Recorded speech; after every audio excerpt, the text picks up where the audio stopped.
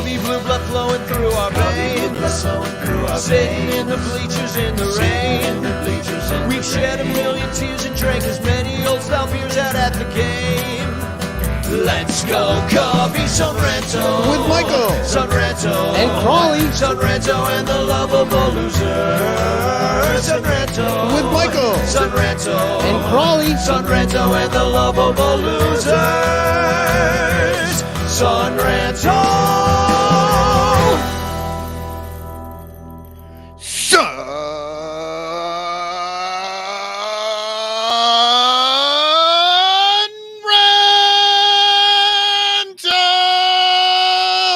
Ranto 2022. Catch 22. Hey, welcome to Deuces. Welcome to the Son Ranto Show. I'm Danny Rocket. It is 2022. Happy New Year, everybody. And, of course, today is January 6th, which is an important day in American history, as we all well know. I know you all been watching the news today about today being the anniversary of when the Cubs traded for Anthony Rizzo. Andrew Kashner, no longer a Cub, sent him off to San Diego. In came Anthony Rizzo, and things forever changed in America. January 6th. Mark it. It's on your calendar. All the news outlets talking about today. So, yeah. It is kind of weird with that deal. I always think about it because Theo was dealing with Jed Hoyer, who was the GM of San Diego at the time, and they trade, and you know what I mean? It's kind of like, yes, I will give you this crappy Andrew Kashner for this great Anthony Rizzo. And then what's his name? And then Jed leaves to go to Chicago. It's like, if I was a San Diego fan, that would have pissed me off. No, they were just surfing and chilling out, being like, hang loose, dude. I'm fine. That seemed like some insider trading going on right Absolutely. there. Well, it all is. Come on. Any multi-billion-dollar industry with only 30 people doing that one job is automatically insider trading by definition. Wouldn't you say? I'm saying if the stock market had 30 people in it, you know what I mean? That's all I'm saying. It's just like if all of a sudden Jed traded 3 awesome players to the Dodgers and the next year got a job in LA. You'd be like, what the fuck, dude? Yeah, well, that's what happens all the time. I mean, it just hasn't happened to us in a while, except for a little bit of the brain drain. We're going to get to that tonight. But the Son Ranto Show is, of course, brought to you by our 104 Patreon subscribers. Find out more about how you can subscribe at patreon.com/sunranto. Thanks for subscribing, and a happy New Year, everybody. Well, Crawley, what'd you do on New Year's? How was your New Year's Eve? I know things are a little weird right now with COVID killing people again, but we went to Amaze in Rosemont, which was like a light show, and then we came back to the clubhouse, did some karaoke, and drank some beer. Nice. But everybody's always trying to get out of Rosemont. That's why they make the maze, because nobody really wants to be there that bad. No, dude, it was a really nice light show and stuff like that. And we try to keep things as outdoorsy as possible. Yeah. That's cool. Well, yeah. I did the opposite. I went straight up indoors with a bunch of people I didn't know. Really? You? Dude, like, well, you wouldn't even hang out with us at the playoff game outdoors last year because you were afraid of COVID. Well, and now, like, this year, I was running rampant. The freaking. I was not vaccinated. I was not vaccinated back then. Man, and now you're free and easy.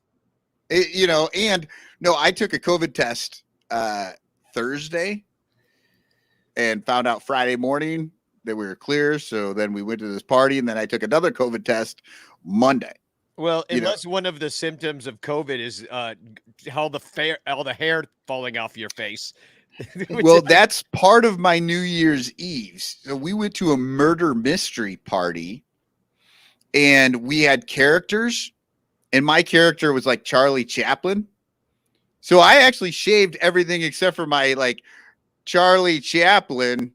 Not Hitler mustache. You went to, no. That's what you're telling me right now. You never go full Hitler. You never go full Hitler. You better have had a derby on because I don't think Hitler ever wore a derby. Yeah. I definitely I had the derby. I was in a suit, and my hair actually can be somewhat like his. If I part it right in the middle and bring it down. So yeah, but it was fun. We all acted like idiot 1920s people. And hung out, and then I 23 was Skidoo.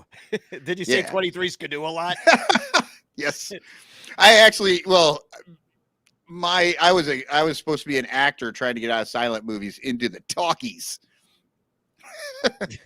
So That sounds like fun. I've never done anything like that. I probably would get too drunk to participate properly at that point. oh my God, there were people that just didn't understand Yeah, like I what don't know. we were. Yeah, I know. I get that way on Jackbox games sometimes. I'm like, I don't know what's going on. Quiplash. I'm like, poop. You know, I have no idea. So what did you do, Danny? The last one. We will.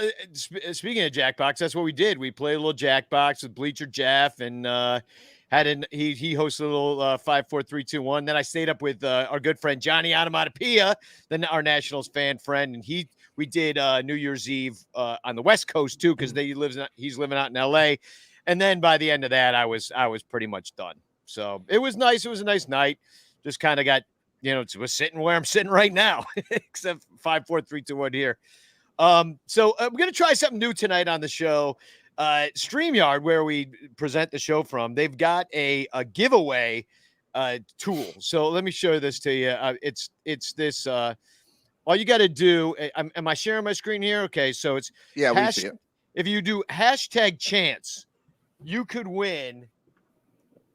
Here's a where is it? Here's a Frank Chance postcard that I will personally write you a handwritten letter of love to you. And all you got to do is comment in the chat as #chance, and you could win a Frank Chance. And as you can see here, I've got this up. There are 0 entries so far. So if you just comment in the Facebook comments, the YouTube comments, the Twitter comments, live on the show, #chance, you could have a chance to win this chance. A chance for a chance. I am pulling for little Everett Yoakum to win. I'm waiting. He always is one of the first to comment. Now is his chance to comment with #chance. Yeah, I don't a know. yodel, and then boom. Yeah. So the John's in there. John's there with #chance. Let's see if that registered. We got 2 entries so far. Dominic. Yeah, we'll be looking back at the end of the show. We're gonna do the drawing, and it's gonna be really cool. This is a brand new thing they added. We'll be using it throughout the year, giving all sorts of fun stuff away. So and we'll be telling everybody we'll remind you before it ends for our later viewers. So in Rob Manfred Hates Baseball news, there are no negotiations for Major League Baseball, the owners or the players. They just aren't doing anything. And on top of it, they took this opportunity to Manfred got Ken Rosenthal fired from Major League Baseball Network, which is their own network. And now he's out for talking smack. I guess it started last year during the pandemic where Rosenthal criticized MLB for how they negotiated that deal for the 60-game season. And now it continued on to the point where Rosenthal was criticizing the MLB further, saying that they're coming to the table, not offering any realistic contracts to the players. And so they fired him at MLB Network. They're like, all right, you're not a mouthpiece for us. You're out. And a lot of it points back to Manfred. So thoughts? It's completely insane because, I mean, has anybody really thought that Rosenthal was like this rebellious firebrand going against the brand, like anti-MLB? I mean, come on. It's Ken Rosenthal. The dude's, it's like the bow ties and the fucking Pee Wee Herman dude. Like, he's just a nice guy. Like, you asked him to write the facts. The man is literally 4'3" tall, inches tall. He's nice as hell. He says a couple of things against Manfred, and then all of a sudden he's out. And it's not even against him. It's like literally just saying they didn't come to the table with anything. Yeah. So just to be clear, Rosenthal's contract with MLB expired, and then they didn't rehire him, which everyone knows what that was all about. And so technically not fired, but Manfred made sure that he wasn't coming back, which again, you're talking about probably the most connected guy in all of baseball. That, it'd be like NBA TV firing Woj. You know what I mean? It's like you just wouldn't do it. So it was just, again, we've talked about baseball and optics and how sometimes they just don't fucking get it. Like how, when you're in the middle of negotiations and you're trying to paint yourself as reasonable and the other side is unreasonable, how bad does that look for Rob Manfred? Like, honestly. It seemed petty to me, and that's what was pretty frustrating about it. And not only was it petty, it seemed like, yeah, like you said, the optics. But Rob Manfred, everybody knows he's the hatchet man. Everybody knows he's the one that's in there, and he's going to be, telling basically coming to the table with like, hey, you either take it or leave it. This is it. Like that's what that's what his job is, to be the hard-nosed ass. But right now, what was the point of firing? Like is he swaying anybody's opinion? And now you've completely lost Rosenthal. Now this dude that is totally connected with all the players, knows everybody, knows every coach.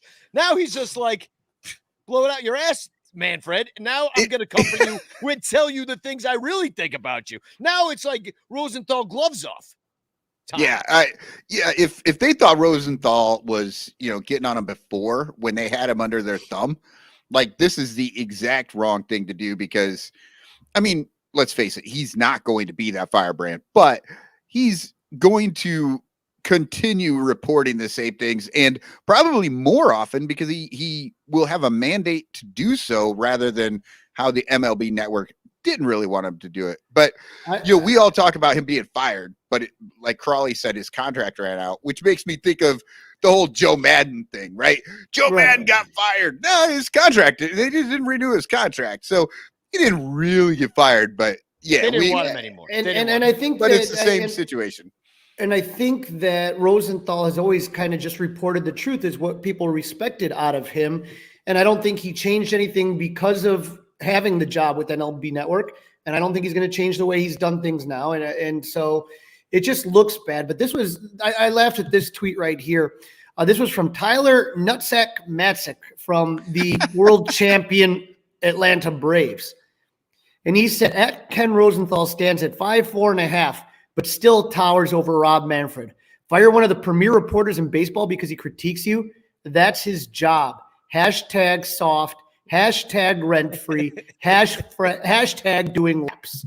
Yeah, they all like Rosenthal, and even our new guy got in there too. Stroman, he tweets out, Ken, you're a legend. We go wherever you go. Sometimes you outgrow those beneath you. Keep climbing and being one of the best in the game. And this was a retweet of Ken Rosenthal confirming that MLB Network has decided not to have him back after 12 years. So, I mean, it's just like you make this guy the face of your situation. Now who are they going to put up there? A-Rod? Oh, my God. Because well, I mean, they already tried that. Yeah, that's one of their new ideas. They were going to, like, how they have the Manning cast on Monday Night Football. They're going to have, like, A-Rod and Barstool cast. Like, talk about being out of touch. It's like, hey, let's take a bunch of sexist pigs. Let them talk through, while drinking beer through an entire show. And then we're gonna throw A-Rod in the mix. You could choose your amazing new commentary. It's just like tone deaf. Yeah, this is the way media is going. I mean, we all knew that the MLB Network wasn't going to ever really be that critical of the MLB. Same with, they say, okay, he's still on Fox, but he's not going to be he on Fox, he won't be that critical. Now in The Athletic or wherever he writes, he can be because they're not in bed with him. But like Fox gets money from MLB. Athletic just got bought by the New York Times. Right. So, and that has me very nervous about that situation. I saw that too. And that could be consolidation. And, I work in a consolidated industry that consolidated a long time ago. And let me tell you, it's not good for anybody that actually works in it. The thing about the Athletic was to get away from all that shit. And they were doing excellent work as an independent to do this right now. Like, sure. Good job, Money. guys. You got your 550 million, but you sold your soul to do it. Right. It was, I pay the subscription. It's like $60 a year, which comes out to like $5 a month if you break it out. And it is definitely, in my opinion, worth the money. It's the best sports writing that's out there. And that's what happened is I remember when Comcast fired Patrick Mooney, you know what I mean? And I was like, oh my God, Patrick Mooney, that Comcast Sportsnet. I'm like, how did you fire him? It's like, the dude's awesome. Like, I love Patrick's reporting. And then I was so happy when like it was Sahadev and what's his name that started it up originally. God, I always forget his name on here, but John Greenberg. And so, they started it and they sold it to somebody, but then they built something that was special. And the New York Times that basically kept cutting sports writers now said, oh, look, they're doing it. And then they're going to buy it. And then what are they going to do? They're going to fire the local people. And that's one thing that on The Athletic, you can see a lot of that you don't even see anymore because papers don't pay reporters anymore is some of the local stuff, like the stuff around you. The Ken Rosenthal's will always have a job with The Athletic. Okay. It's the guys that are more local. When I grew up, I used to love looking at the paper and reading the sports section, and I knew all the writers, whether it was Sully or Gonzo or Bruce Miles and all these guys. You knew who they were, and you knew that they were plugged in and tuned in, not A-Rod talking about Albert Almora's speed. You know what I mean?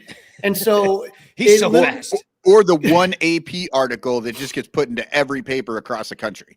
So it just really bothered me when I read about that today because I felt that was some of the most independent, truthful reporting on sports out there. And I don't know, like I said, maybe, it might not be overnight, but I'm just, if the New York Times couldn't get their shit together before, why do you think they're going to get it together now? Yeah. It doesn't. Well, I hear sense. They're going to work independently. That's what they're saying. But, they say that and then it doesn't ever happen. So we'll see what happens. But I did, I am now we are the independent sports writers of the Chicago. We always have been. We always have been. We've never changed. And actually we will for $550 million. We will lick Manfred's ass on this show every goddamn day. Like literally do it. Yeah. No, we're not above them. We know where they're coming from.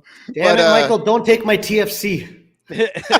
But well, I am going to share my TFC right now since it is in the Rob Manfred, Ken Rosenthal idea here, and it's from Baseball Brit, and it says Rob Manfred attempting to keep out criticism from everyone, and it's one of those.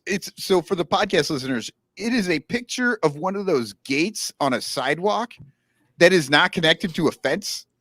So like you can literally just walk around the gate. Yeah. And I've seen these things before. They are insane to me in any way, but it is the exact like perfect representation of what Manfred is doing right now by kicking Rosenthal. Well, as long as you're sharing Manfred TFC, I'm going to share mine.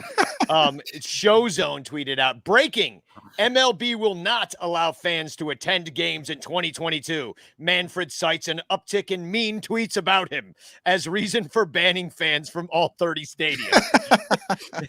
I mean, it's just like, he comes off thin-skinned. I think the optics suck, but, Ken Rosenthal, I mean, I met him briefly at when I went to winter meetings in 2019, at the end of 2019, right before everything fell apart.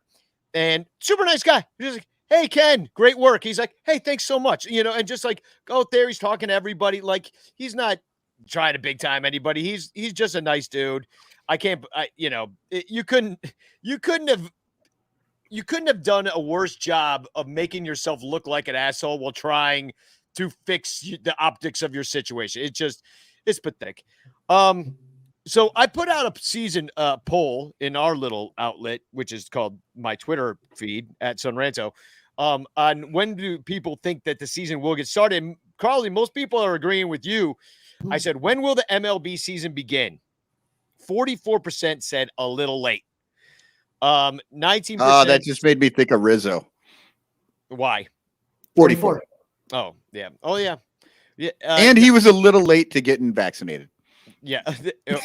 We don't know if he's still vaccinated.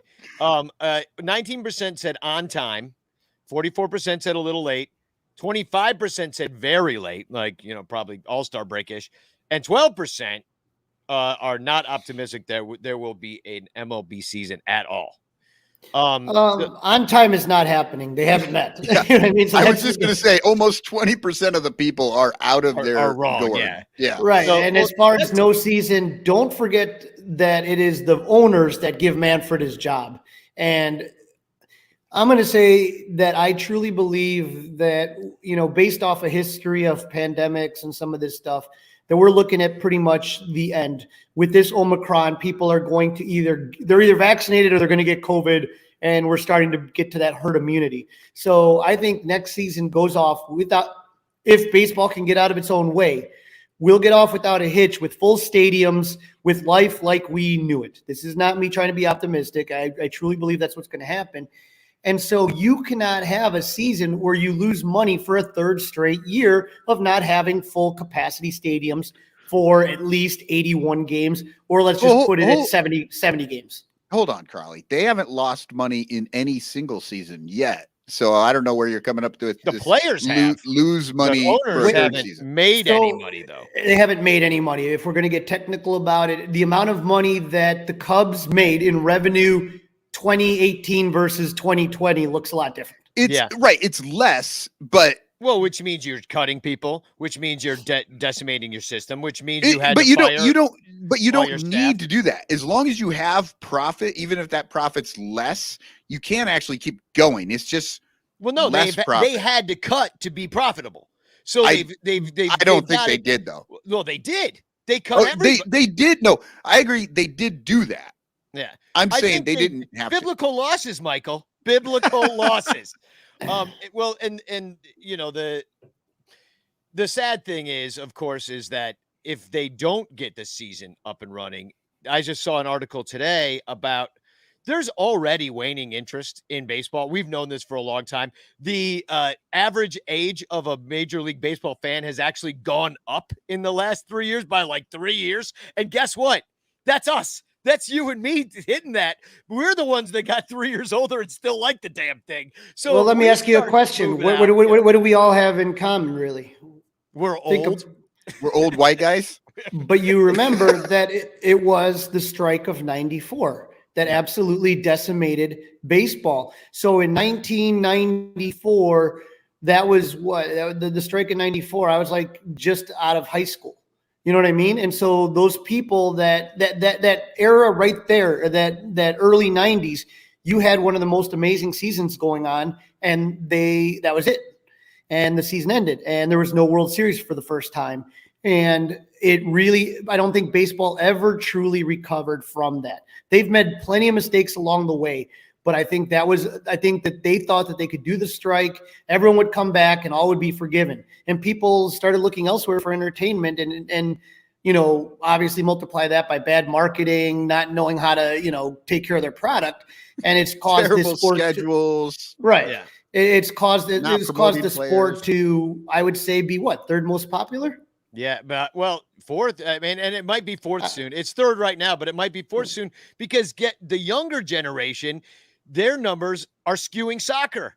And now you got Major League Soccer, which when we were kids, they had the Chicago Sting. Nobody gave a shit. Nobody cared about the Sting at all, except for like one kid in your class that was like, "What's that?" Actually, shirt? Is that about the police? And they're like, "No, the Chicago Sting, not Sting from the Police." Yeah, so I don't. People are asking, do you think 1990? Yeah, it did help. It bounced it back a little, but never to what it was pre-1994. Then the question is, do you think 1998 helped at least a little, even for a year or so? Yeah, of course. All of this is funny too because I don't know. I guess maybe I'm the weird one. Not surprising, but you have an opinion that nobody understands. The strike of 94 did nothing for my viewership of I didn't even notice baseball. it, dude. I was busy. I actually, those were some years that I was kind of tuned out of baseball. I had just graduated from high school or whatever, 94, and I was watching the season until it was gone. But guess what? When it came back in 95, I was watching again because I don't know. And I've heard what Crawley has said a million times from a million different people that we are hardcore baseball fans. Michael, people got so upset about it. But Michael, you've been on a baseball podcast for 7 years. You watch every game. Crawley is like the king of Cubs convention. I'm 10 years on this show. Like, listen, we're starting our 10th year. Okay. We are not the norm. We are not the norm. I would not say that what we would do with our Cubs fandom would be the normal thing. But and the Cubs, they are actually optimistic that they're going to get this season off because they're not selling regular season tickets yet, although they have to technically they have because season ticket holders paid their money already. But Wrigley rooftops are now on sale. I'm putting up the graphic. They tweeted out Wrigley rooftops for the 2022 Cubs season are on sale now. All 11 amazing rooftops. I wouldn't call them amazing. Obstructed view is not amazing. I know. I like that upper left picture that's like right next to the foul pole. Like, yeah, that's like the best view you could possibly have on one of those rooftops in the one picture. And they did it where, so that's the 460 foul pole on top of one of the roofs, but they cut out the part where you can see the back of the scoreboard. Listen, I've been on these rooftops, and we all have been on the rooftops. You're far away. It doesn't feel like you're in the stadium. But I will say this: opening day for $119, all you can drink. That's all you can eat. All you can eat. That's starting at $119. That's not for the good rooftop. That's for the one where you're missing the outfield or something. Opening day, schmopening day. Give me April 6th. That's a much nicer price. It is. April 6th, 7th, 8th, 10th, 18th, and 19th. $69. All $69. All you can drink. I mean, come on, people. That's not a bad deal. We should probably get a rooftop going. I mean, there's even a Saturday against the Brewers. Maybe we should. That's $89, but $100 go in there. Like, dude, I could do some damage for $100 on a Saturday, no doubt. And if it's cold, whoo. Yeah. And if it's cold, you just go inside. Right. It's those are. You can just tell that those deals. I mean, they're already hurting, I just saw it right here. Dominic Galoro said my cousin went from around 43,000 to having a chance to buy season tickets. I've seen. We keep kind of talking about that. I went for burned through that list to getting them right before 2020. So but also the list is bullshit. They look at it. They look at the demographics. They know how much money you make. They've got all that information on you because you basically give it away every time you sign into Google and accept cookies. You know what I mean? Like, so the thing is that you were able to kind of see where you were in line. Now, does that mean that they couldn't kind of jump people or whatever? Absolutely, they could. I'm just telling you right now that I've never, ever, ever, ever, ever have seen this many people say I was selected and I turned them down. That's all I'm saying is that I would sit there on Twitter, like right around this time, usually around January.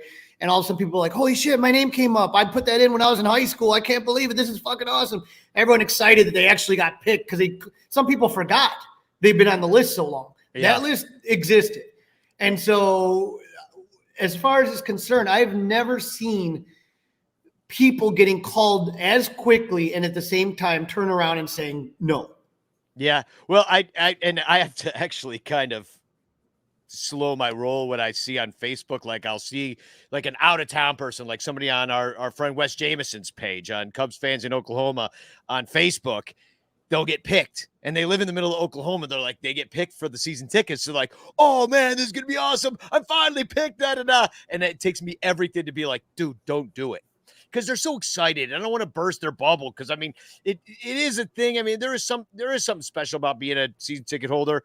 You get a few extra perks, but now that they're not doing Cubs convention, you're not sitting in the front row of that. You don't get extra, lounge that you can hang out with. They don't give you like the bobbleheads, ahead of time. They don't really do. They do less and less for you every single freaking year, and so now it's not as special as it once was. I know you've complained to me personally, Crawley, about, and to the Cubs you've complained about the fact that they're not doing much. But, and then they need to do more. And if they don't do more, they're in danger of not only losing the season ticket holders that they've had for a long time, but also season ticket holders that people, the word's getting out is what I'm saying, that like, this is not such a great deal. And yeah, well, and and getting back to like the, people not, so the whole point of the season ticket talk was that so many people aren't buying them now, and that's why these lists are moving so much. But Guy Serious points out, MLB took their ball and went home. You can't watch the games very easily on TV. Every playoff game is on a different channel at a random time. That's true. And then Todd Emmons earlier pointed out the idea that, WGN is gone. And the games are on so late. There's not really like daytime or even early evening baseball. Like all of this, they want to blame the game for the sport a lot, for the lack of interest, but a lot of it is just taking it away from eyeballs. Yeah. You brought up soccer earlier. Yeah. The reason soccer is getting bigger is because they are putting it on TV. You can wake up on any Saturday morning all year round and watch soccer on ESPN in Europe at like fucking 7 a.m. So these people wake up, they're having their coffee, they turn on ESPN and they're like, oh, this is kind of interesting, before they go to work. And they're getting into it. When you put the fucking games in front of people, yeah. They people should get go into live it. on. It's the same thing with Twitter. Go live on Facebook. Go live on YouTube. Use the ways that you can to get in front of an audience. It's the same thing with women's sports. They always say that nobody's interested in women's sports. Show them. Well, it's hard to be interested in women's sports when you can't watch women's sports. You can't find the shit on TV. You got to you have to have CBS All Access and Twitch, some bullshit or whatever. Like, I have no idea where they're at. They're doing their best to get it out there, but it's not easy for fans. And baseball had everything, and they keep fucking taking the best parts of the game away. Yeah. Well, I hope everybody likes watching commercials, because you're about to watch one. This is our Sun Ranto shopping commercial. We'll be back in 1 minute, and we're going to talk about some brain drain going on in the Cubs, the new Negro League U.S. coins, and the Iowa Cubs got sold. So we'll be back in 1 minute. Hold tight. If you're like most Americans, you buy shit. Lots of shit. Sometimes you buy shit for other people. Sometimes you buy shit for yourself. And sometimes you buy shit you have to buy just to stay alive. So why not buy shit through the Sunranto affiliate? Links at sunranto.com/shopping. We've got tons of shit you can buy.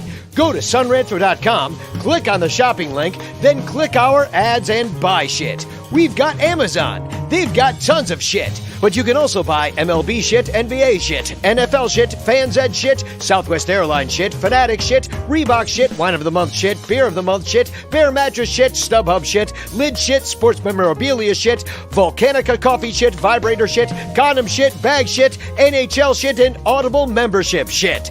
There's a whole lot of shit that can help the Sun Ranto Show stay on the air so we can keep talking shit. So buy shit today through sunranto.com/shopping. Thanks. Cubs Jesus thinks you're the shit. So why don't we take a quick look and see how many people are entering our chance for a Frank Chance. We have 5 entries. If you're just tuning in now, all you have to do is type into the comments the word #chance, and I will send you a postcard filled out by me wishing you well of Frank Chance. And apparently we have at least 21 people who are paying attention to this right now.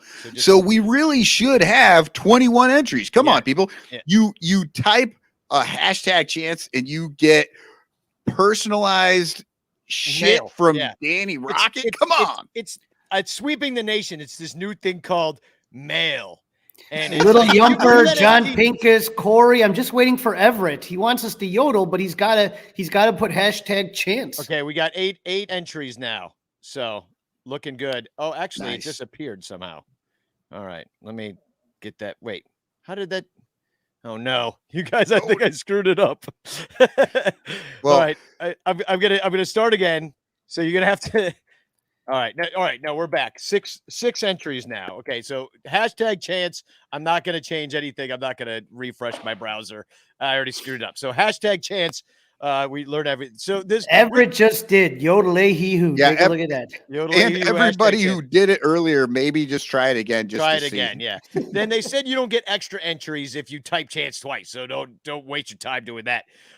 So let's talk about a little brain drain. Kind of sad news to friends of me, like Bleacher Jeff. Bleacher Jeff became very close with bullpen coach Chad Noble. Here in a file photo that I'm putting on right after the Cubs won the National League pennant at Wrigley Field in 2016 on October 22nd. Chad Noble came out in his banana hammock out to the field, drunk, wearing goggles, and he was kind of a fixture. And the stocking cap. I love the stocking cap with the Speedo. That's not a stocking cap. He's wearing It's a backwards division. Hat. Oh, it's backwards. Okay. Yeah. But yeah, he's but anyway, he's gone. John Baker poached him to the Pirates. Jason McKay tweeted out, Chad Noble, formerly the Cubs bullpen catcher, will join the Pirates as catching coordinator per sources. That's a position John Baker said in November the Pirates were looking to add. So if case you don't know about catching coordinator, think about Mike Borzello, and that's kind of the role that he had for many, many years. Anybody that's been around Wrigley has a Chad Noble story. This is a picture of us with Chad Noble after the clinching day in 2015. He's wearing clothes in this one. He's wearing clothes in this one. This is 2015. He's got a different pair of goggles too, because he actually handed them to me. And then I handed them off to some little kid. I did a Mai Tai. I did a reverse Mai Tai. I gave it to a kid. Yeah, if you did a Mai Tai, you're giving the goggles to Mai Tai. Yeah. Who deserves them, to be honest. But this is us right after the Cubs had they clinched the night before, but they partied afterwards. If you remember, that was a great time, Danny. It really was. That's me. That's Mike Mitchell from the Noblemen. They changed from Fowlers Howlers to the Noblemen afterwards. So he made friends with a lot of people. They could sure pick players to get behind, huh? They got to pick new one every 5 years, I guess. Well, it was a little bit tough, but he was a great guy, funny guy. Danny and I went out to Detroit this last year. Yeah. Yeah, we went to Detroit for the season, and Danny and I got there a little bit early.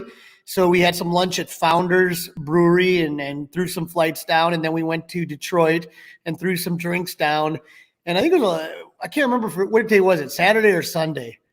At some point, we were sitting right by the bullpen, and we were talking to Chad. Well, we sat there both days, but I don't. Yeah, that's I'm trying to remember which day it was. But one day, I passed out on the on top of the whatchamacallit. I'm guessing that was Sunday. It might have been Saturday, it might have been Sunday, but like I was like just out, and so like I was like right there overhanging the bullpen. I was like, bleh. And all of a sudden, Chad Noble just runs and slams on top of it and scares the living shit out of me. Crawley jumped out of his skin. It was brilliant. Had to check his underpants after that. Just a nice dude, man. He would always just talk to you. And like, especially then later on when they put him in that zoo downstairs by the bullpen where you have the glass and you could bang, like you could talk shit to him and stuff like that. And he'd come out and pop the door open. Well, and he came and saw Bleacher Bum Band a few times, and it was a fan of ours, and I was a fan of his. And Bleacher Jeff and him became close. Would go out for drinks with Borzy and stuff. He got Bleacher Jeff one of the City Connect jerseys. Yeah. Right before one of your shows. Yeah. So Jeff Berter writes in, I have a Chad Noble jersey from CubsCon. I have a Lester Strode, a Mike Borzello, and a Chad Noble. Yeah. Those are some quality ones. Well, and you got to admit, like you don't hear a lot of ask a fan of the White Sox, who's your bullpen coach? And I bet you very few people will know who that bullpen coach, even if you're a diehard fan. But Cub fans, like we run a little different that way. We're such a diehard fan base that everybody down to like, Yosh Kawana. I mean, granted, he was there a long time, but he was famous for a long time too, for being the equipment manager and the clubhouse manager. So it's like, how about what's his name with the shorts? That was a lot of fun. And the strength and conditioning coach, yeah, Tim Buss. Tim Buss, yeah. Tim Buss, how much fun did we have with him? And John Baker is like, he's was in the dugout in 2020, but there's a guy was a backup catcher. And anyway, my point is Cubs fans run a little differently. Chad Noble will be missed. I hope they replace him with somebody cool because that position I kind of don't care if he's good at his job. I just want him to be fun. Right. You know what I mean? I just want him to hang out with him. But yeah, he'll be missed. And I know Bleacher Jeff was pretty sad. So hopefully we'll get somebody good. I saw today on the Twitterverse that they're the Negro Leagues. Well, it's not the Negro Leagues putting this out. It's actually the U.S. Mint putting out the 2022 Negro Leagues baseball commemorative coin program. And take a look at some of these. I don't know. This is my favorite right here. As you can see that there's a Rube Foster. I'll describe it for the podcast listeners. It is a $5 uncirculated gold coin. Ooh. And it's got like kind of a famous picture of Rube, just his bust sort of thing. It says Negro Leagues Baseball. And on the back, it's got that tip of their cap thing that they did in 2020 for the 100-year anniversary.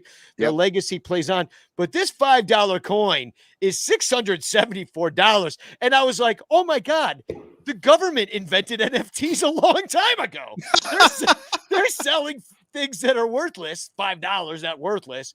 But and Rube, obviously Rube Foster is amazing, historical figure for the Negro Leagues and a giant of the game. But come on, guys, this is a $5 coin. Well, it's $674. Wow. I was just shocked at the price. I don't even understand why they put the $5 on there, because I was looking up because you can spend it if you really want. You could, but it's actually worth much closer to that $674. What they do is they charge you for what the amount of gold. That's actually like 90% gold. Like it's 90% actual gold. So it's worth how much ever that costs in real life. And right now an ounce of gold is like $1,800. It's a lot. Yeah, it really so went up. Then they add, so if you buy something like this, like if you're thinking, oh, I'll buy it and then I'll sell it for a bunch of money. Well, they're actually adding a little bit on top because then that money goes to the Negro Leagues Museum. Well, I'll get to fund that, their stuff. I'll get to that because there's a very typical government thing in there. Yeah, but the one I like is actually it'll take a while. Yeah, the one I like is this one. It's only $33. They got I guess they're minted in different places. This is the Denver one. There's a San Francisco one that costs $2 more for some reason, but it's I don't know who that is on the front. It just says it looks like a Yankees hat from what I could see, but. I mean, what is that? And Negro Leagues. And then it says Negro Leagues Baseball on like an old school bus. And the bus is cool. And in the back, you can see that they have like a bunch of different players, but they're kind of nondescript who they are. And if I had one complaint about all of this, and that one's only $33 made of silver, which isn't worth as much as gold, obviously. But but if I had one complaint about it is that the only two players that they honor are Jackie Robinson, who apparently on the tail side of his coin is a pitcher because he looks like he's pitching. Does he not? Yeah. Well, actually though, I think that Jackie Robinson piece is actually the metal, and the pitcher one is actually the 50-cent piece that has a pitcher on one side and a batter on the other. Oh, okay. So you're getting, I'm getting it mixed up. You're right. You're getting two things in that. Yeah. Either way, these are pretty cool. I mean, Crawley, you're a collector. Do you collect things like coins and stuff like that? Usually if the Cubs will give something out, or if I can find something unique Cub wise, yeah, I would get one. Yeah. But I think they're cool. And Danny, I had the exact same thought. I like the Rube Goldberg, fucking Rube Foster. I'm going to actually get the Rube Foster, and then I'm make a Rube Goldberg machine that feeds that into like I don't know, a video game. But I like the Rube Foster because it's Rube Foster, right? Yeah. And the Jackie Robinson medal is cool because Jackie Robinson's on it. Yeah. So the other ones are much less cool because they're not specific players. And why would you not have like Satchel Paige on there? Yeah, Cool Papa Bell or Josh Gibson from Josh Gibson. Buck O'Neil. Buck O'Neil. Yeah, Buck O'Neil. So but maybe we'll get something like that out of somebody else, but not out of the U.S. Mint, which is no surprise there. And I mean, there could be other issues with likenesses and stuff, Right. but Like, so right now, with Ernie Banks, they're still haven't settled his estate. There was a fight between whoever he was last with and the family, and wills pop up. And so it becomes a real big issue. I have a set of bobbleheads that are really cool from the Bobblehead Hall of Fame that are these guys with their Hall of Fame plaques. It's Sandberg, Williams, Jenkins, but there's no Ernie Banks. And you could be like, well, what the hell? Why is there not Ernie Banks? Well, because the estate's not settled yet, so it's been a pain in the ass ever since. That's interesting. Right. Yeah, it gets tied up in all that kind of junk. And speaking of tied up, like I saw that one of the reason I saw this. Wait, what? Like, where are you going with this? Where are we going with this one? 50 Shades of Cub. Yeah. Well, here's where I'm going with it is that I saw that Bob Kendrick tweeted these coins out, and he said this could really change the Negro Leagues Museum. So I'm like, oh, they're giving a portion. The U.S. government is giving a portion to the Negro Leagues. And that's what you just said, Michael, or at least it made it sound like that. But if you read the fine print here, surcharges in the amount of $35 for each gold coin sold and $10 for each silver dollar sold and $5 for each clad half dollar are authorized to be paid to the Negro Leagues Baseball Museum for educational outreach programs. So it's not embedded into the price of the coin. They actually force you to give money to the Negro Leagues Museum through the mint. So it's not. So the federal government is making it sound like they're like giving a portion of their profits. They are not. They are literally selling you money for right. Well, and that's what I was trying to say. If you're looking at this as like some sort of like a cool investment and you'll resell it again, you have to know that you're starting out you're starting out paying over what it's actually technically worth, gold wise, silver wise, or whatever it's made of. You're above that price. So you would have to, so that's not really the reason to get it. But I know people out there are immediately like, oh, I'll get that, then I'll sell. Now you gotta, you would have to hold on to it a bit longer than that. You could take a picture of it and turn it into an NFT, and then you could sell that and sell that and just put it away in your own private collection and say, you own this. Yeah, I'm keeping my house. But it is literally like any collectible. And sometimes, there are some that just take off and continue to increase in value. And there are others that just kind of tank and die, and you kind of lose out. So you never know what you're kind of rolling the dice with. Like I said, with most collectibles, you can end up being like, okay, this has a lot of value and this has like no value. And sometimes it doesn't make any sense. But I'll tell you what does have value. You really should, if you're going to get any of those collectibles, get it because you love it. Yeah, and you want not it. Because you're wanting to flip it. Well, I'll tell you what does have value, at least this last month, is working for the Iowa Cubs. It had a lot of value because after selling the Iowa Cubs, the owner gave employees $2,000 for every year they had been with the minor league baseball team, for a total of $600,000 given away. My jaw dropped. Team owner, and the headline is Team Owner Surprises Workers with Life-Changing Gesture. Like, if you've worked there for a year, it's not really life-changing. That's 2,000. Yeah, and you've got on here, Danny, that the largest amount was 70,000. So that's 35 years. That's even 70,000 as the most. That's not life-changing. That's awesome. Yeah, but it's not life-changing. Michael Gardner was the owner with a couple other people of the Iowa Cubs, and from all accounts, a really, really beloved by his employees, the players that came through. He was one of those guys that didn't cut anybody during the pandemic. Hold on. The Iowa Corey Cubs. F. wants to say, I am sure the Ricketts would do the same. Yeah. And this is your cue to laugh your ass off. But they're really, again, this is one of these guys that it's the same thing we were talking about with the Athletic, this consolidation where you have these conglomerates buying it up. And so good people like Michael Gardner and other people like that, hey man, they had not, he's getting older. He had a chance to sell. He took it. but you're not going to find a cool owner like that like later. Those guys are disappearing and they're getting bought out. Yeah. Oh yeah. The next group of people working there will not get $2,000. And they will hate it. And then speaking of buying out and like things consolidating, Fanatics bought Topps, or just they bought the name Topps for baseball cards is what they bought for, like, what, 500 million, 350 million. I mean, I don't know. Money's totally meaningless now. It doesn't matter. 300, 500, it doesn't matter to me either. It's all the same, really, honestly, at this point. But that seems like there'd be a lot of synergies with that operation. There is, and it does give some of us a little cause for concern.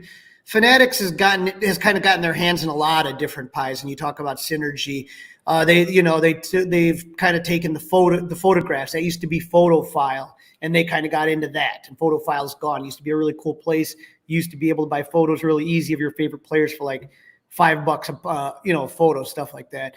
And so they're doing that. They're in the T-shirt game. They're doing the game use memorabilia. They're signing players for autographs, so exclusives. But in a way, it's like I said, homogenized, kind of ruined a lot of things. Like now, if you have, like, let's say an Anthony Rizzo signing, right? And you have a picture of you and Anthony Rizzo, that's not MLB licensed, so they won't sign it. Like shit like that, where all of a sudden you're just like, what the fuck? Like, who gives a shit? I'm paying for you to sign it. Sign the fucking photo. It's, it's just they already sold that. They already sold that off of what they can and can't do. I Right. know Chris Bryant.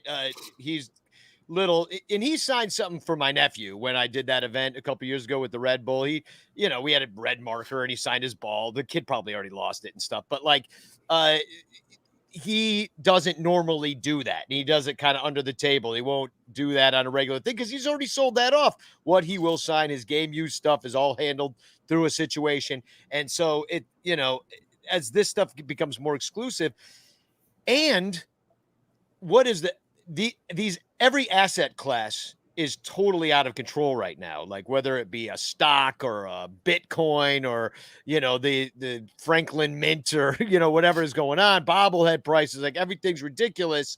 It feels like this is just more carving up of the bullshit, to the point where I wonder if in the end you just end up with an emperor wears no clothes situation, because there's so much of this shit out there and it just all of a sudden can't find as much of a market as it once did. And John Pink has said, I'm worried about the cards. They might go to shit. They don't care about the quality of the cards or the artwork or that kind of stuff, and that is a concern.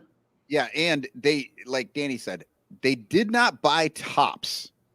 They bought the name Topps. They did not buy the factories, the infrastructure, any of that. So the company that owned Topps has like greeting cards, does card work and does all that stuff and candy and all that shit. They still own all that. They bought the name Topps. So the cards will probably change because they're going to have to get different manufacturers. And yeah, it might not be as good. They'll use the people that do the baseballs. I'm worried. Those really shitty hats that they make, with like Chicago style pizza on it and shit like that. Oh, we're gonna get like the shitty bubble gum, and you're gonna be forced to eat a piece just to buy the hat or something like that. Now, whatchamacallit, like Fanatics, like I said, they got into the shirts and stuff like that, and the stuff is pure garbage. Like they don't fit right, and like they you put them in the wash once, like half the colors fade off. It's just like the quality control is just crap. Yeah. So and so if they don't have that infrastructure in place already, then it's now they bring on this whole other project and they don't have a quality control. Yeah, I mean, I think a lot of people are worried. It'll be one of those dumb things where they fucking buy the name and then they contract with that company to just make the cards. Who owns Donruss? That's my question. Who has Donruss right now? Oh, who's got Fleer? Donruss and Fleer. I remember. Yeah. Donruss and Fleer were big names back in the late 80s, early 90s. Donruss kind of was more popular than Topps for a moment there. Fleer was always kind of like the redheaded stepchild of the baseball card world. Oh, that's a Fleer Sandberg. I'm not going to trade you my Donruss Bill Madlock. I'll bet you spent 4 cents less for your Fleer. Yeah. So we're gonna take it to commercial for just another quick one, and then we're gonna come back and take a look at our chance for a chance. Once again, we're giving, if you have not commented, chance for a chance in the chat. Just hashtag chance is all you have to really put, and then you will be entered to win. We're trying something new tonight. So here's a commercial for Sun Ranto Swag, the T-shirt that's guaranteed to get you laid. Do you like having sex? Me too. That's why I always wear my Sunranto swag shirts every time I'm looking to get some. It's the only t-shirt guaranteed to get you laid. Knock boots in your shankless shirt. Bump uglies in a ranter long sleeve. Ride the skin-busted Tuna Town in a Dabbing Cubes fan shirt. Take gold one-eye to the optometrist in your bull penis awesome attire, or smash pissers in a spagog shirt. Sunranto swag shirts are just like people. There are many different sizes and colors to choose from. Plus, at Sunranto's swag store, you'll find vintage John Baker Day, designated hater, and Matt Cameron drawn rally titty designs on everything from shirts and hoodies to baby onesies, bags, and hats. Go to sunranto.com/swag and check out all the sexy styles guaranteed to get you laid. You'll be stuffing the soft taco in no time. Sunranto.com/swag, guaranteed to get you laid. Wearing Sunranto Swag products not guaranteed to get you laid. Sunranto Swag is not responsible for your sex life. Sunranto Swag is for entertainment purposes only. So let's take a look at our giveaway tool here. What do we got? 11 entries to win the chance for a chance. I'll share that there. 11. Okay, we will be drawing very shortly. Get ready. So we're speaking of ways to make money that are really easy, like selling you t-shirts guaranteed to get you laid, quote unquote. I'm in the NFT business, fellas. I started NFTs, and I thought that maybe this could be a way we could branch out into the community, make a little money for the podcast, little beer money, little ticket money. And so I asked you guys to make a few NFTs, see what we get out there. So I'll start. I made my first NFT ever, and I got it here. This is I'm going with Matt Kammerer's map. His situation where he draws on the maps. I was like, that is a hell of an idea. I'm going to steal it from him. So here I did my own Frank Schwindel map in honor of Frank Schwindel going to Club 400. As you can see, that's Frank. He's holding a giant baseball. He's on a map of Chicago, Illinois. Blue eyes, which I didn't really check if he does have blue eyes, but he looked better with blue eyes. And he's got his Cubs hat there, doing like kind of like the finger gun thing with the left hand. I think that NFT that stands for what? Nice Frank the Tank? Yeah, nice Frank NFT. the Tank. I think it actually stands for not fucking true. Yeah. What NFT stands for. But did you get a chance to make an NFT, Michael? I did. I jumped in. My NFT stands for Not for Todd. And there it is. It is a hot dog $20 bill. And as you can tell, that's ketchup. That's ketchup on that fucking hot dog. Todd puts ketchup on his hot dogs. Todd puts ketchup on his hot dog right before he throws them in the garbage. So that's nice. No, didn't Todd end up paying for the hot dogs that he threw away? Was it just $20? I thought he gave more. I thought he reached in for like 35 or something. I don't know. They don't make a $35 bill, Danny. Yeah, it's they might now with the mint going how it is. You can make an NFT $35 bill. And we really shouldn't have Andrew Jackson on anything government designed. So that's why I threw the hot dog over there. Nice, looks good. I would pay like what 2-3 ETH for that. Oh yeah, I'll like what? Half a I'll give coin. it to you for 1 F. In fact, why don't we give away I all don't these? give an F. Yeah, Carly, you don't have an NFT? No, I don't have a fucking NFT. All right, well, I made one for you. God damn it. Here's something that NFT people aren't doing. I'm always innovating on this show. What they don't do is take existing art and then draw on top of that art, making it new art. And then so it's like derivative. Which is not. It's called tracing. No, it's not what I did. I used. This is all digital. You don't understand Bitcoin, dude. You don't understand the way things work now. So I made Bitcoin. So I'm a Doggy coin guy. Matt Cameron. Oh, dude, doggy coin ain't worth shit. It's just a dog pile. Yeah, So, but I can afford it. Matt Cameron, he made a professor, Kyle Hendricks, but it wasn't very good. I mean, Matt's a good artist, but like maybe he's not done. Like, so I just kind of finished it for him, and I did my own NFT professor. There he is. You can see I took Matt Cameron's amazing map drawing, and then I put he had left his pen on the side there, or his marker, Matt, and I just put diploma on the marker, so now it looks like a diploma. And then I took I don't even know what that hat is called. The graduates wear the graduate hat. It's got to have its own name. Yeah, Crawley, what's that called? I don't fucking know. You work at a school. Yeah, dude, but look, there's a rule. No dough, no show. So if you're asking me, he's never come across one of those hats. So if you're asking me to come in on a Saturday, am I getting paid? And if the answer is very simple, but the answer is no, then Crawley ain't there. Yeah, it's something board. Like I think it's something. It's a mortar board.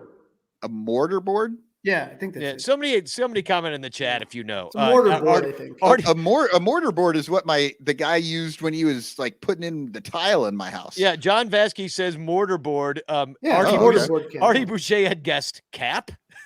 No. Bernie Barron, the Harry Potter.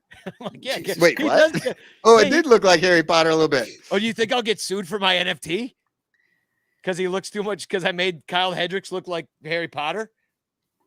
No, you'll be fine because you didn't make him look like a girl. That's when she'd get upset. That's true. Speaking about upset, was anyone upset about the Ranter calendar vote? How did that go? Well, I was actually surprised. The Ranter calendar. So here's what's going on with the Ranter calendar. We don't know what's going to happen with the season.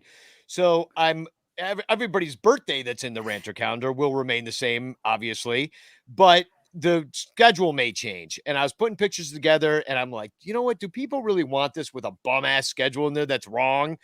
And I'm like, do I really want it with a schedule that's wrong? For me, I don't care. I don't tell the Cubs schedule by the Ranter calendar. I tell people's birthday by the Ranter calendar. So I was kind of like, so I voted yes, that I would make the Ranter calendar now to go out its normal time in February. But most people voted no. It was literally 2-1. Said they want the real schedule in there. So I'm going to abide by that. And I know a lot of people that are our Patreon subscriber at the $12 level get that Ranter calendar as part of their subscription to the Son Ranto Show. So it's coming. I got the pictures. I'm going to put it together, but we're just going to wait. Maybe it's a month late. Maybe it's an 11-month calendar, and so I'll sell it for less. I don't know, what I'll do. What about this, Danny? Overlaps by a month. I don't know.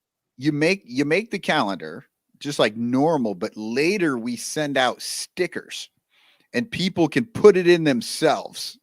Yeah, that's like way more work for me. And no. The only thing that I ask is that for my birthday month, this be the picture that's put up there. Oh, yeah.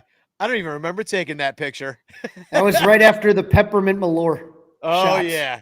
Dude, I almost did a shot of Malort right before the show, and I stopped myself. And you can thank me later.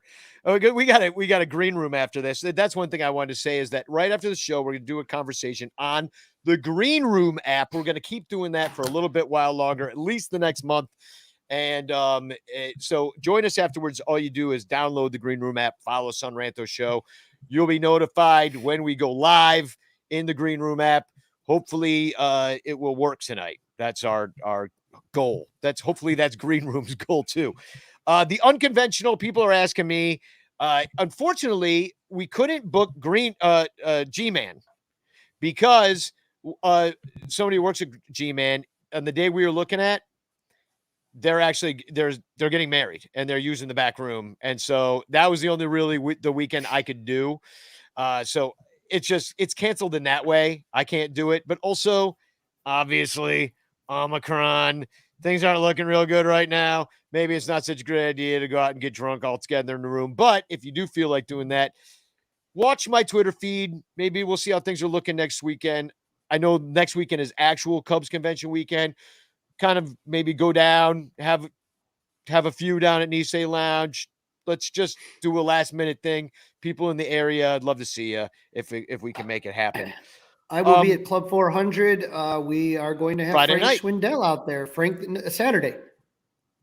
It's Friday night or Oh, Saturday? it's Saturday. Yeah, it's Saturday, dude. Oh, I thought it was on Friday. No, I'm pretty sure it's Saturday. Oh, well, if it's Saturday, I definitely can't go because I was talking to Stuart about it and I thought it was Friday. So Yeah, no, they can't do Friday because Frank has a late shift, Uber. No, actually, it sucks because Frank is going to be there, but so Frank Schwindel is coming to Hoopstown, which I told you, a little awesome card shop, but in the middle of nowhere by Champaign. So Frank's doing that, and then he's coming straight up to. There's no way he's going to Club 400 Friday night and then getting to Hoopstown by 11 in the morning on Saturday. It ain't happening. Right, yeah. So if it's Saturday, well, that's great. Saturday night, maybe I'll be out at Nisei Lounge, and maybe we'll do that Friday night. I don't know. Just watch my Twitter feed, watch Crawley. We'll let you know what's going on. We'll put it on the Rangers page and whatnot. Also, one of the reasons I'm so busy right now is because I'm putting up this show.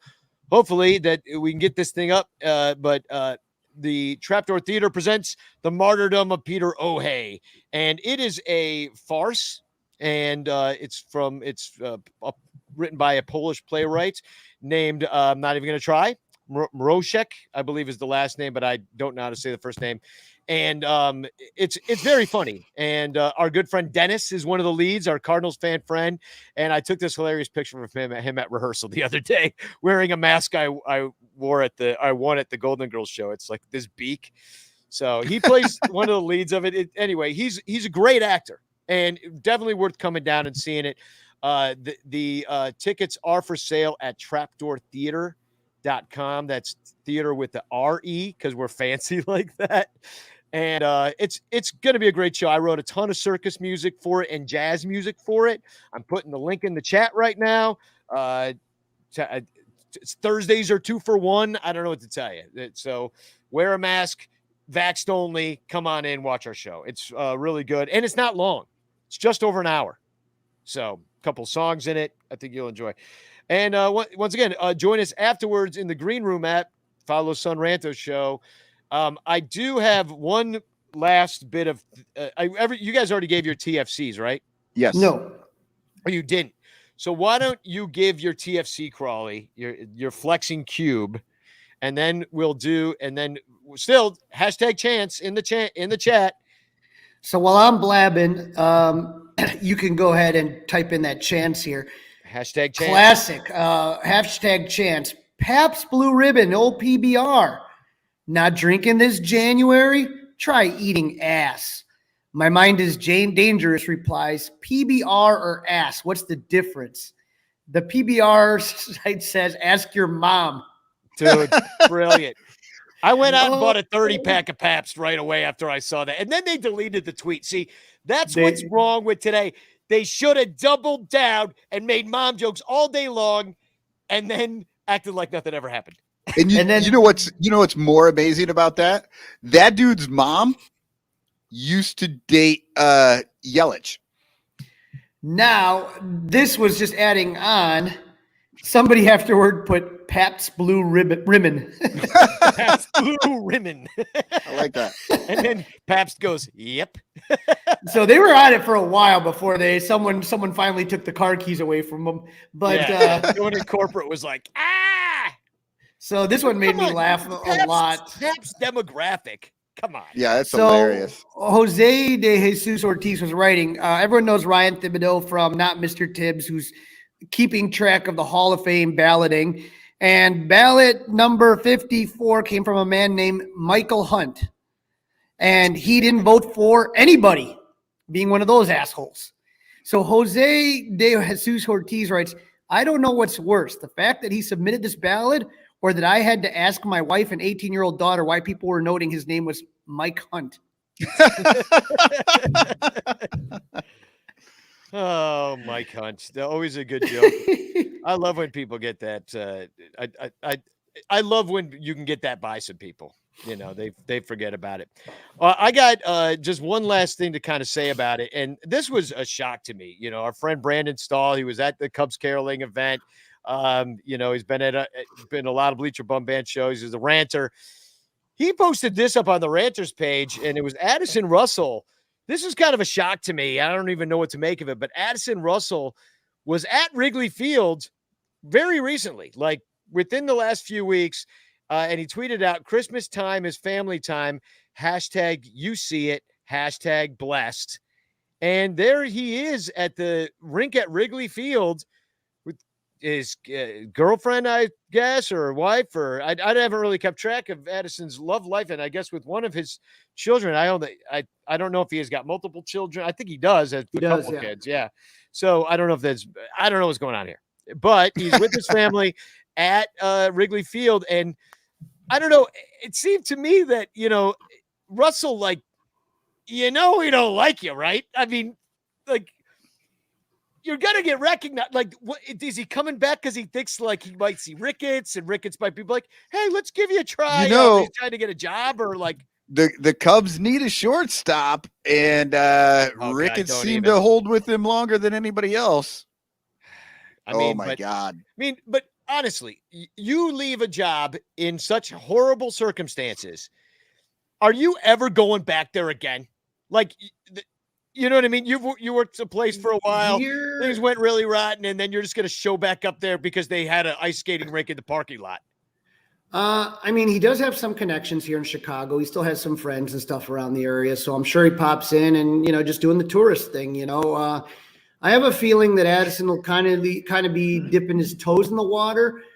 He's been playing down in the Mexican League, but one of the big avenues for these guys to get money after their playing days, and I don't know how many playing days that Addison has left. He's trying, but if you're not making it, in some of these leagues, then it's not happening. He played in Korea for a minute. He played in Korea, and then he's most recently been in Mexico.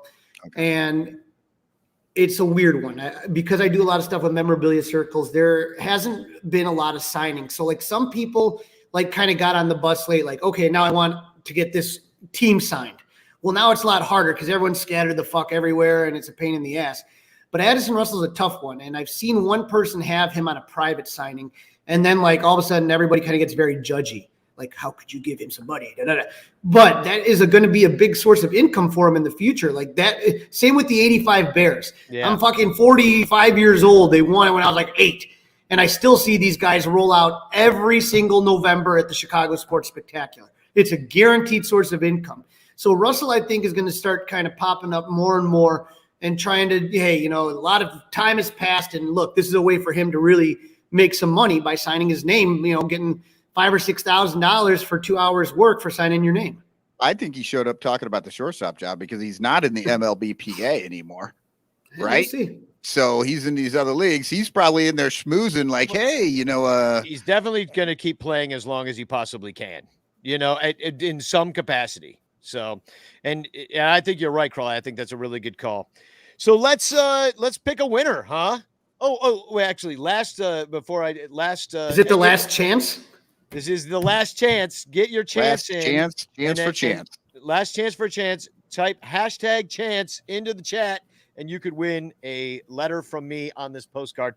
So, and also Bleacher Bum Band looks like we're booked April 4th, opening day, if it happens. I don't think it happens, but pencil it in. Okay, let's pick a winner. I'm going to share my screen here. Now, this is cool. I haven't seen this happen yet. This StreamYard actually draws the winner.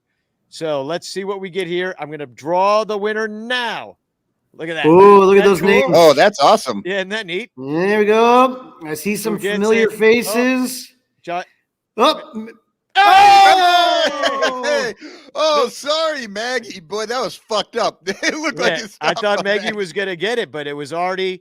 Artie's the big winner. And you know what? This is Artie. He puts out some really good karma. Let me put this up. One thing we're going to start again is the Patreon of the Month Club, where we pick a random Patreon patron every single month. And this is going to be the prize on February 1st, which is the first week. How funny would that have been if you would have chosen to give that away and he won it? And then I just send it back to him. That would have been funny. No, so anyway, this is our Patreon of the month. If you are a Patreon patron at the $5 level or more, you can win and let me tell the podcast listeners what I've got here. It's a Javier Baez Funko Pop, number 64, donated by Artie Boucher, and I'm going to be giving this away at our first show in February to a Patreon patron who's at the $5 level or more. That makes you eligible to win it. Okay. So that's our show. We're going to be on the Green Room app. This is our regular show, and then we're going to head on over there. So, of course, I think I've got to play Rob Manfred Hates Baseball until we get some more positive news. You're going to need like a whole album of songs like this. I am. And where is it? Oh, there it is. All right. Well, I'm out. Spigog. See you on Green Room. See you on Green Room. Go. Dog.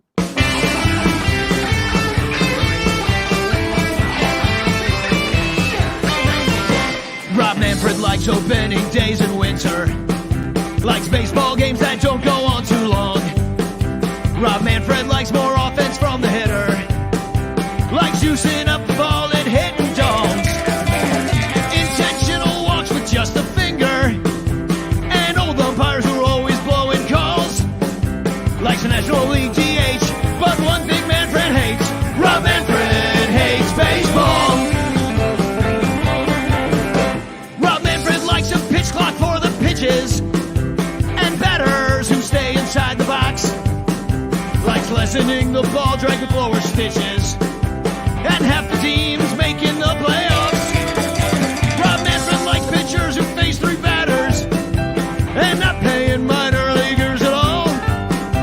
Like the catchers don't block the plate, but one thing Manfred hates. Rob Manfred hates baseball.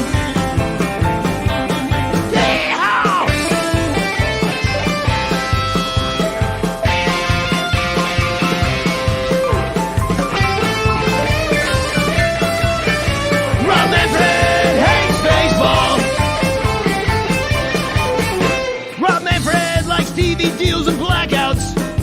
He likes letting the Houston Astros cheat. He likes how ticket prices keep the fans out and Xing teams out of